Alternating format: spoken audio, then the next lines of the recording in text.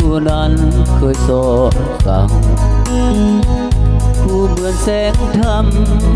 แสงไฟเยืองให้เห็นทาง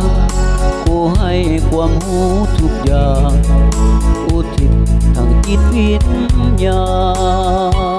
ณยามค่ำคืนคู่เอ๋ยบ่เคยหลับนอนสอบบทสอนตำลามาวาดเขียนไว้เพื่อให้ลูกหลานมีอนาคตยาวไกลเบิ่งแยงยามป่วยไข้ห่วงใยกับทุกคน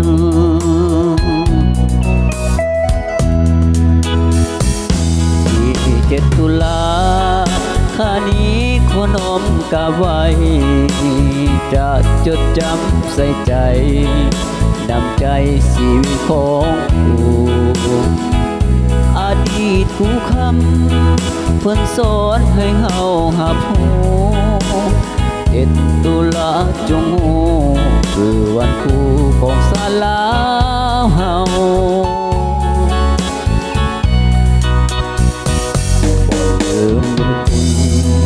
บุญคุณครูบาอาจารย์บ่ลืมวันวานอาจารย์ผู้นั้นเคยให้จะเก็บรักษาทุกคำไว้ในใจย่อมือนบกาไฟ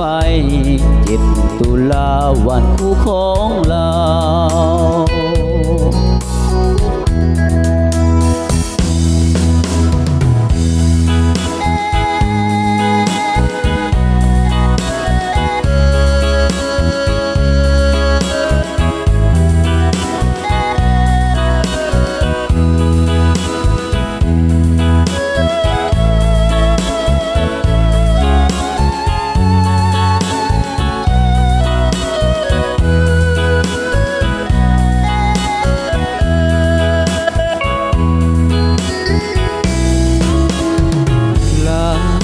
ข้านี้ขอน้อมกาไว้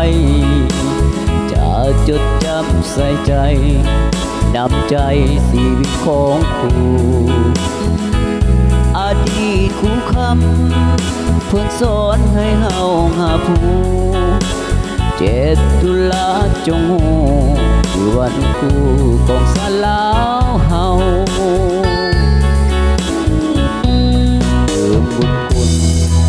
บุญคุณครูบาอาจารย์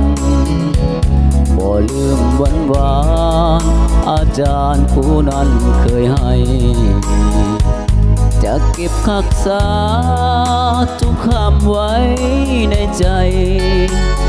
ย่อนบมือกาไว้7 ตุลาวันคู่ของเรา